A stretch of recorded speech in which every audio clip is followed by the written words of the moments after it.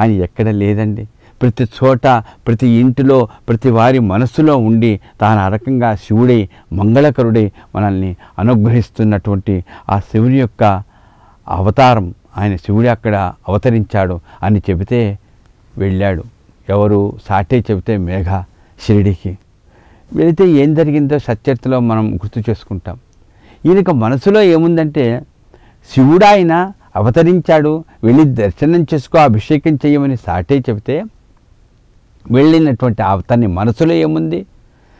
ఏమిటి, నేను ఎందుకు వచ్చానా ఇక్కడికి, అయ్యో ఏమైపోతానో, ఇన్ని ఏళ్ళైన తర్వాత కూడా ఈ శివుని నమ్ముకున్న నేను ఒక మహమ్మదీయుడికి అభిషేకం చేయడం కోసమో, ఒక మహమ్మదీయుడిని పూజించడం కోసం వచ్చానా అనుకుని ఆలోచన చేశాడు. కాబట్టి అంటే నేను బ్రాహ్మణ్ణి, ఆయన మహమ్మదీయుడు, ఇదండి అక్కడ నేను శివభక్తుడిని, ఆయన శివుడు కాదు అనుకోలేదు. ఆయన చెప్పింది, సాటే చెప్పింది శివుడని చెప్పాడు. కానీ నేను, అందుకనే ఇప్పుడు నేను చెప్పాను చూడండి, ఈ రావణ బ్రహ్మ అంటారు చూడండి, రావణాసుడు గొప్ప శివభక్తుడండి. కానీ అహంకారం, నేను అని అటువంటి అహంకారం వల్ల దెబ్బతిన్నాడు. అందుకే స్తవనమంజరిలో దాసగణ మహారాజు గుర్తు చేసుకోవాలి మనం. ఏమంటారు? రావణాసురుని చంపడం కోసం రాముడు అవతరించాడు, కానీ సాయి అలా కాదు. ఆయన మహాత్ముడు, ఆయన సద్గురువు. మరి ఈయనేం చేశారట? రావణాసురుడి లాంటి వారి యొక్క ఆలోచనలో ఉండే అహంకారాన్ని తొలగించేటందుకు ఈయన చమత్కారాలు చూపిస్తున్నారన్నారు. అలాగే మన మనసులో ఉండేటువంటి ఆలోచనలలో ఉండేట అహంకారాన్ని తొలగించే సద్గురువు సాయిబాబా. కాబట్టి ఈ మహాశివరాత్రి రోజున మనం మేఘా గురించి గుర్తు చేసుకుంటూ తెలుసుకోవాల్సిన విషయం ఏమిటంటే, మేఘా మనసులో నేను బ్రాహ్మణ్ణి, ఆయన మహమ్మదీయుడు అనుకున్నాడు. ఏమి? ఆయనలో శివుణ్ణి చూడలేకపోవడానికి కారణం మనసులో ఉండే అహంకారమే. ఎప్పుడైతే అహంకారం తొలగిపోయిందో ఆ తర్వాత తెలిసిపోయింది. ఊరికి వెళ్ళాడు, అనారోగ్యాలు పడ్డాడు, మళ్ళా వచ్చాడు, తిరిగి వచ్చాడు, చివరికి బాబా సేవలోనే నిమగ్నమయ్యాడు. ఎంత గొప్ప సేవ చేశాడండి! ఎలా చేశాడు? అందుకని మనం సేవ చేస్తాం, మనం పూజలు చేస్తాం, మనం జపాలు చేస్తాం, ఎన్నో చేస్తాం. కానీ ఎలాంటి మంచి మనస్సుతో, శ్రద్ధతో మనం చేస్తామో దానివల్ల మనం అనుభవం పొందుతాం. అందుకని అంటారు జైసమ్మని జైస భావన అంటే మనలో ఉండేటువంటి ఆలోచన. నేను ఒక పిల్లవాడికి ఏదో చక్కగా స్నానం చేయించడమో, చక్కగా బొట్టు పెట్టడమో, చక్కగా చొక్కా నిక్కర వేయడం, ఇవన్నీ ఎలా అనుకుంటాను? నా కొడుకు అనుకుంటాను. ఎవరికండి చేస్తున్నది? అలంకారం అంతా కృష్ణుడికి చేస్తున్నాను, రాముడికి చేస్తున్నాను అనుకుంటూ చేస్తే ఎట్లా ఉంటుందండి? అలాగే మనం చేసేటువంటి సేవలో ఉండేటువంటి భావనను బట్టి మనం అనుభవం పొందుతాం. మేఘా బాబాకి ఎలా సేవ చేశాడట, ఎంత చక్కగా పూజ చేశాడట, ఎంత చక్కగా హారతి ఇచ్చాడట, బిల్వలతో పూజ చేశాడట, బిల్వ పత్రాలు. అందుకని ఈ మహాశివరాత్రి రోజు మనం తప్పకుండా గుర్తు చేసుకోవాల్సింది బిల్వపత్రం.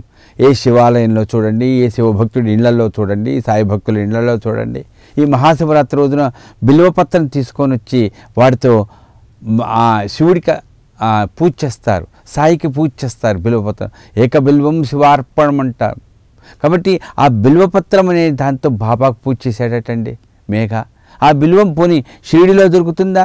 దొరకదు. అందుకని పక్కన 3 కిలోమీటర్ల దూరానికి పోయి అక్కడి నుంచి తీసుకొని వచ్చి బాబా పాదాలకు వాటితో పూజ చేసేవాడటండి. ఎవరండి ఆయన? సాయి శివుడే, సాయి శంకరుడు అనుకునేవాడట. ఇలా చేస్తూ ఉంటే ఒకసారి అనిపించేదానికి బాబా మీకు స్నానం చేయిస్తానంటారు. ఆ కథ ఎంత గొప్పగా ఉందండి సచ్చరిత్రలో. నాకు స్నానం ఎందుకు? అది దేంతోనట? గోదావరి నదిలో ఉండేటువంటి నీళ్లతో. నాకెందుకు? నాకేం సంబంధం ఉంది ఆ గంగతో? నాకు ఎంత చక్కగా చెప్పారండి హేమాధిపంత్ ఆ మేఘ బాబాకు చేయించినటువంటి స్నానం గురించి. కాబట్టి ఆ స్నానం నాకెందుకో, నాకొద్దు అంటారు. మరి ఆ సంక్రాంతి పండుగ రోజున, ఈరోజు మనకు శివరాత్రి, ఈ శివరాత్రి పండుగ రోజున మనం గుర్తు చేసుకుంటున్నాం. ఆ రోజున ఆయనకు స్నానం చేయిస్తానయ్యా అంటే నాకెందుకురా అంటే, బాబా నేను నీకు చేయాలనుకుంటున్నాను, స్నానం చేయిస్తాను. ఎంత అద్భుతమైనటువంటి చమత్కారం అండి. బిందెలో నీళ్లు తీసుకొని వచ్చి ఆ గోదావరిలో నీళ్లు ఆయన చెంబుతో తీసుకొని నెత్తిని పోతుంటే నెత్తిని మాత్రమే తడుపున్నాడటండి. తలకాయ తడిపితే మరి ఒంటి మీద నీళ్లు పడాలి కదా, జరిగిందేమిటి? అద్భుతమైనటువంటి లీలండి. ప్రత్యక్షంగా చూశాడు మేఘ. ఎంత ఆనందం పొంది ఉంటాడో చూడండి. ఆ బిందెలో నీళ్లు కుమ్మరించాడట. హర హర హర గంగా అంటూ కుమ్మరించాడట. ఏమైంది? బిందెలో నీళ్లు లేవు, ఖాళీ. నేల మీద చుక్క నీళ్లు పడలేదు, ఒంటి మీద ఒక్క చుక్క లేదు. ఏమైనా నీళ్ళన్నీ. పరమేశ్వరుడికి అభిషేకం అంటే ఇదేనండి. అందుకని చెప్తాను, నమస్తం భవేజమయో భవేచ నమ శంకరాచ నమస్కరాచ నమ శివాచ శివతరాచ. ఇలా నమ్మక చమక రుద్రాలతో చెప్పేటువంటిది. పైన నీళ్లు పోస్తూ ఉంటే ఆ నీళ్ళన్నీ ఎక్కడ ఒరిగిపోతున్నా అవి ముందు మనం అనుకున్న ఆపాదాళన భస్తలాంత భువన బ్రహ్మాండ అంత అంత గొప్ప రూపమైనటువంటి ఆయనకు మనం అభిషేకం చేయడమా? చుక్క చుక్క పోస్తే చివరికి ఆ పోసేటువంటి దాంట్లో ఉండేటువంటి ఆ ఆలోచన ఏమిటో, దాంట్లో ఉండేటువంటి అంతరార్థం ఏమిటో మనం పెద్దవాళ్ళు చెప్తుంటారు, వింటుంటాం. కానీ జరిగిందేమిటి? ఆయన మీద అంటే ఆ శివుడి మీద దాంట్లో చెప్పాడు బాబా ఏమిటి? శిరస్సు మాత్రమే ముఖ్యం కదరా, తలకాయ మాత్రమే తడుపు అన్నాడు. తడిపాడు. తలకాయ తప్ప తడిసింది ఎవరిది? బాబా సాయిబాబా యొక్క తలకాయ తప్ప తడిసింది. కానీ చుక్క నేల మీద పడలేదండి, చుక్క ఒంటి మీద పడలేదు. ఎంత ఆనందం పొందాడండి. ఇలా అభిషేకం చేశాడండి. అందుకని ఈ మహాశివరాత్రి రోజున, ఆ రోజున ఎప్పుడు 1912వ సంవత్సరమో జరిగినటువంటి ఆ సంక్రాంతి రోజున జరిగిన ఆ బాబాకు స్నానం చేస్తే తలకాయ మాత్రమే తడిసిందే. అది మనం ఈ మహాశివరాత్రి రోజున మనం గుర్తు చేసుకుంటున్నాం చూడండి. అప్పుడు అనిపించింది, బాబా నువ్వు శివుడివేనయ్యా. అలా శివుడివే అని నమ్ముకొని పూజ చేస్తూ హారతినిచ్చేవాడటండి. ఎంత చక్కగా ప్రేమతో హారతినిచ్చేవాడో. బాబా అతన్ని త్రిశూలాన్ని గీయమన్నాడు. ఎంత గొప్ప లీలండి, ఎంత చమత్కారం అండి. నువ్వు ఎట్లా వచ్చావు ఆ రూములోకి అన్నారు. నేను సూక్ష్మంలో ఉన్నాను, స్థూలంలో ఉన్నాను అన్నాడు. శివుడు ఎక్కడ లేడండి. అదే అనుభవంలోకి తీసుకొని వచ్చారు. అందుకనే సద్గురువు సాయి యొక్క సచ్చరిత్రను దయచేసి శ్రద్ధగా అందరూ పారాయణం చేయండి. శ్రీ సాయి టీవీ ద్వారా గుర్తు చేసేది అది. సచ్చరిత్ర నిజంగా ఎంత గొప్ప పరమామృతం అండి. ఆ సచ్చరిత్రలోనే గుర్తు చేస్తున్న ఈ మహాశివరాత్రి రోజున ఏమిటది? ఆ సచ్చరిత్రలో చెప్పబడేది. మనకి ఏమిటండి దానివల్ల లాభం? మనకి ఏ ఇలవేల్పులైతే మనకుంటారో, ఏ దేవుణ్ణైతే మనం నమ్ముకుంటామో, ఏ దేవుడి యొక్క అనుగ్రహం మనకు కలగాలో ఆ అనుగ్రహాన్ని కలిగించేటువంటి సద్గురువు ఎవరు? సాయిబాబా. కాబట్టి మనం అభిషేకం చేస్తాం. శివాలయాల్లోకి వెళ్ళి ఇళ్లల్లో అభిషేకం చేస్తున్నాను. అయ్యా గురుస్వామి సద్గురువైనటువంటి సాయి నా చేత చక్కగా నాకు ఆ శివుడి యొక్క అనుగ్రహాన్ని కలిగించు స్వామి అని ఈ మహాశివరాత్రి రోజున మనం అందరం ప్రార్థించాలండి.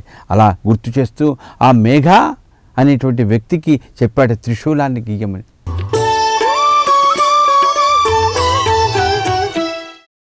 మేఘ త్రిశూలాన్ని వాడాలో గీశాడు. ఆ తర్వాత రామదాసి అనేటువంటి వ్యక్తి వచ్చి బాబాకు శివలింగాన్ని ఇచ్చాడు. ఆ శివలింగాన్ని చూపిస్తూ మేఘా శంకరుడు వచ్చాడన్నాడు బాబా. జాగ్రత్తగా పూజ చేసుకో అన్నారు. బాబా ఏం చేశారు? ఆ శంకరుడు అని చెప్పినటువంటి ఆ శివలింగాన్ని మేఘా పూజ చేయడం కోసం గురుస్థాన్లో ప్రతిష్ఠ చేశారండి. షిరిడీలో గురుస్థాన్లో బాబా శివలింగ ప్రతిష్ఠ చేశారు. ఎవరి కోసం? మేఘా పూజ చేయడం కోసం. ఇలా మేఘా అక్కడ పూజ చేశాడు. ఏది? శివలింగానికి. బాబాకు శివుడిగానే భావించుకుంటూ బాబాకు పూజ చేశారు. ఇలా అంతటా అన్నింటిలో కూడా ఆ శివుణ్ణి చూస్తూ చూస్తూ ఆనందపడుతూ తన్మయత్వాన్ని పొందినటువంటి మేఘ నిజంగా శరీరం అంటూ కనిపించిందే కానీ త్రికరణ శుద్ధిగా అంటారు చూడండి, ఇక వేరే ఆలోచన లేదు. ఎక్కడ ఏ ఆలోచన లేదటండి మేఘ. అలా ఆ రకంగా పూజ చేస్తున్నటువంటి, ఆ రకంగా సేవ చేస్తున్నటువంటి అతను సరే ఏమైంది మనకందరికీ తెలుసు, చనిపోయాడు. అది బాగా గుర్తు చేయాలంటే జనవరి 19వ తారీఖు సంక్రాంతి తర్వాత సంక్రమణం అయిపోయి అదే ఉత్తరాయణం వచ్చిన తర్వాత మేఘ చనిపోతే బాబా శవం వెంబడి వెళ్ళాడటండి. శ్మశానానికి వెళ్ళాడట. శవం మీద చేతులు పెట్టి చెప్పాట, వీడు నిజమైన భక్తుడంట. నిజంగా శ్మశానంలో ఉండేటువంటి ఆ శవాన్ని చేయి పట్టుకొని నిజమైన భక్తుడన్నా అంటే ఆయన ఎంత తన్మయత్వం, ఎంత నిజంగా ఆనందపడి ఉండాలండి బాబా. అంటే తనకు ఇంత గొప్ప మంచి మనస్సుతో సేవ చేశాడా ఈ మేఘ. ఎక్కడ కూడా అహంకారం కానీ ఎక్కడ కూడా ఏ రకంగా నాకేం ప్రయోజనం అనేటువంటి ఆలోచన లేకుండా, స్వార్థం లేకుండా, కర్తృత్వ భక్తృత్వాలు ఏమీ లేకుండా నిజంగా శివుడే అనుకుంటే చేశాడే అని బాబా నిజంగా ఎంత అతనికి అనుగ్రహాన్ని ఇచ్చాడో మనం సచ్చరిత్రలో గుర్తు చేసుకుంటాం. అలాంటి మేఘా కథను ఈ రోజున మనం సచ్చరిత్రలో ఉన్నటువంటి విషయాన్ని గుర్తు చేసుకున్నాం మహాశివరాత్రి రోజున.